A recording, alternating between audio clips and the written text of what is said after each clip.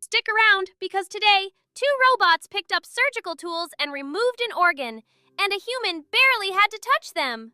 Then a chipmaker most people have never heard of outpunched a giant. And an artificial intelligence model got so powerful, the United States government made it pass a security check before the public could touch it. The market looked sleepy today, but underneath, it was chaos. I'm Snowball. Let's go! First the tape, and don't let the comm fool you. It looked boring. The S&P 500 barely budged, and the fear gauge hit its lowest of the week. But underneath, it was a brawl. Two giants, Meta and Nvidia, did almost all the lifting. Meta jumped 6%, Nvidia 4%. Take them out, and most of the market was bleeding. Software and cybersecurity names like Okta, CrowdStrike, and MongoDB fell 5 to 7%. Part profit-taking after a hot run, part that nagging fear that artificial intelligence eats their lunch someday.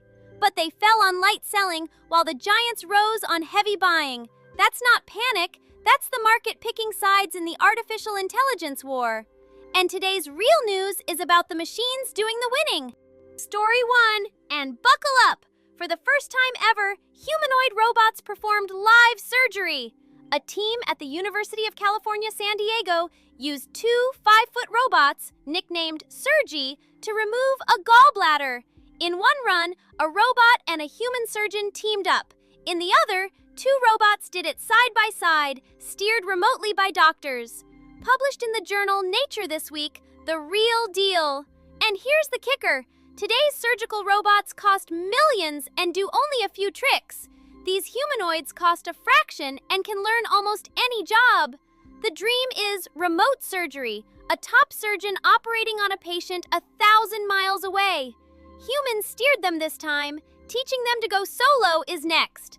The future operating room might not be a fancy machine. It might be a robot that could also fold your laundry. Story 2, the underdog with a knockout punch. Everybody knows Nvidia makes the chips powering artificial intelligence. But there's a challenger called Cerebras, and its chip is wild. A single slab of silicon the size of a dinner plate, the biggest computer chip on Earth. Today, its stock ripped about 8%. Why?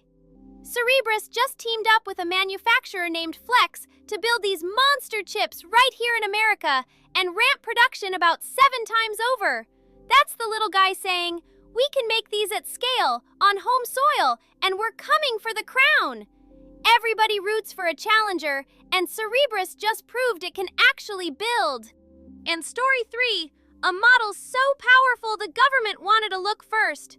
OpenAI, the maker of ChatGPT, just launched its most capable artificial intelligence yet, GPT 5.6. But it shipped late because the United States government made it pass a national security review before the public could use it. Let that sink in. An app had to clear a security check, like a jet or a weapon. Why? Because it's scary good at coding, biology, and cybersecurity. It's the first big artificial intelligence model to ship through a government safety gate like that. And that coding skill? It's exactly what spooked the software stocks from earlier. The machines aren't just getting bodies now, they're getting brains the government keeps an eye on. So who's on Snowball's board today? Cerebras, the dinner plate chip challenging Nvidia, now building in America. Nvidia and Meta, the two giants that carried the whole market.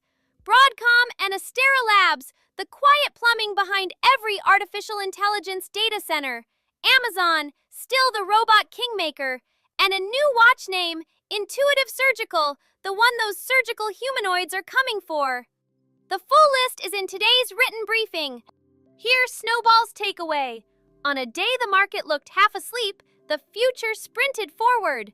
Robots picked up scalpels, an underdog chipmaker landed a punch, and an artificial intelligence got so smart, the government asked it to show some ID. The headlines always chase the scary story, but the builders just keep shipping, and that gap is where all the fun lives. If you like your markets explained by a small dog who actually reads the filings, hit subscribe, and I'll see you tomorrow. This is for fun and information only, not financial advice. Now go on, chase something.